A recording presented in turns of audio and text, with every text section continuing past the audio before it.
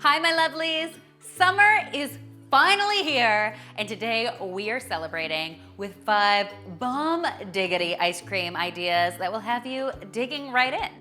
Put your stretchy pants on because not a single calorie has been counted in the making of this video. Now, no-churn ice cream is so awesome, so easy to do. I would love to take credit for this idea, but it is totally not mine. It has been around for the last few years, and it is such a great idea. It's made with just 2 ingredients. It all starts with some whipping cream. To that, I am adding some sweetened condensed milk. Sweetened condensed milk can usually be found in a can in the baking aisle at your supermarket. Now, there are definitely people out there who prefer to whip their cream and then fold in their sweetened condensed milk. That will totally work, but hey, I am all about simplifying things here, so I just dump it all in a bowl and then whip it up until it is nice and light and fluffy and full of air. And there you go, the base for our ice cream is ready. But while the base for this ice cream is delicious, the secret is really in the stir-ins. And today I've got 5 awesome ideas for you. First up, I am going to show you an incredibly tasty, very berry cheesecake version. I've got my base happening here, and I'm just gonna get started by beating in a little bit of cream cheese. That's gonna add just a bit of tang to our ice cream. Then I'm going to add some mixed berries. These were actually frozen. I thawed them a little bit and then gave them a quick chop. And of course, I'm also going to add in some crumbled graham cracker. I'm gonna fold these in just a few times to get them combined.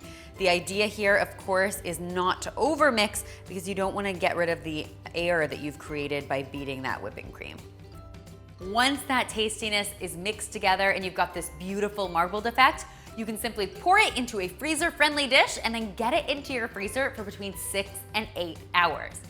I know it feels like a long time to wait, but trust me, it is well worth it. When this ice cream comes out of that freezer, it is to die for. Don't take my word for it, try it yourself. Next, I've got an incredibly tasty treat for all of you caffeine lovers out there. I am making a vanilla latte ice cream. Once again, I'm starting with my classic base. To that, I am adding the seeds of 1 vanilla bean. Now, you do have the option here to use vanilla extract instead. That's a little less expensive, but if you wanna make this really special, get a vanilla bean, split it in half with a knife, and scrape out the seeds. It imparts such an incredible vanilla flavor into this ice cream.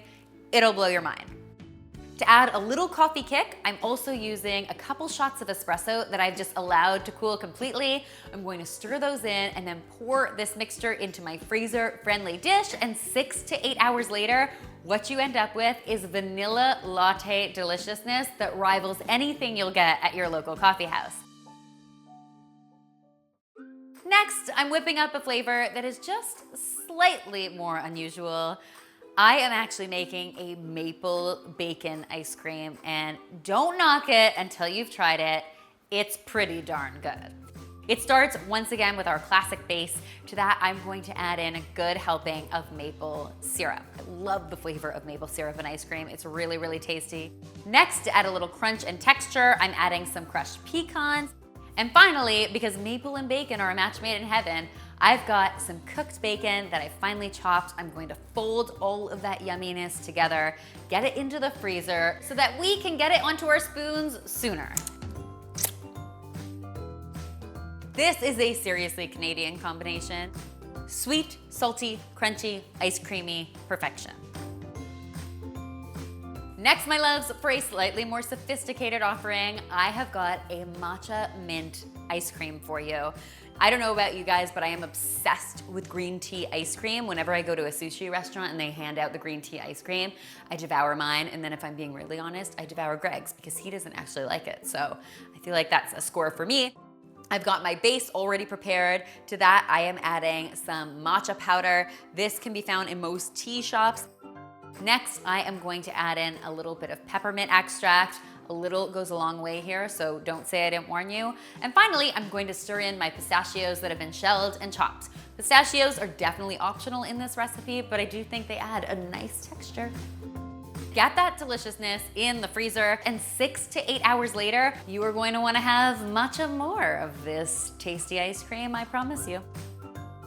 We've been working on our matcha puns, people. Muchas gracias. Finally, my sweets, I have got a quadruple chocolate ice cream that is going to blow your mind. I affectionately call it death by chocolate. It all starts with our ice cream base. To this, instead of adding traditional cocoa powder, which would definitely work, I am actually adding some brownie mix. I just love the flavor of brownie mix. Once your brownie mix is nice and combined, you can fold in your other types of chocolate. In this case, I've got some semi-sweet chocolate chunks. I've also got a helping of white chocolate. I'm just gonna fold that chocolatey goodness in. Now you don't have to use chunks as big as I have here, but why not? Am I right? Once all of that tastiness is folded together, I'm just gonna pour it into my freezer-safe dish.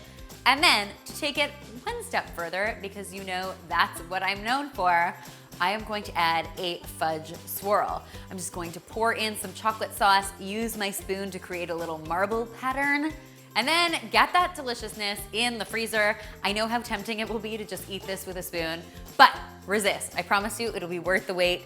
Death by chocolate is by far the best way I can think of to go. A little piece of heaven in each and every bite. Guys, I know these recipes are a little less healthy than the ones I usually share on the channel, but they are super, super good if you are looking for a bit of a sweet treat. I hope you will give them all a try. If you do, be sure to tweet me, Instagram me, or Snapchat me a photo, because I love seeing your kitchen creations. I promise I will be back very soon with some healthier recipes. And finally, if you haven't already, be sure to subscribe, because there is lots more deliciousness where this came from.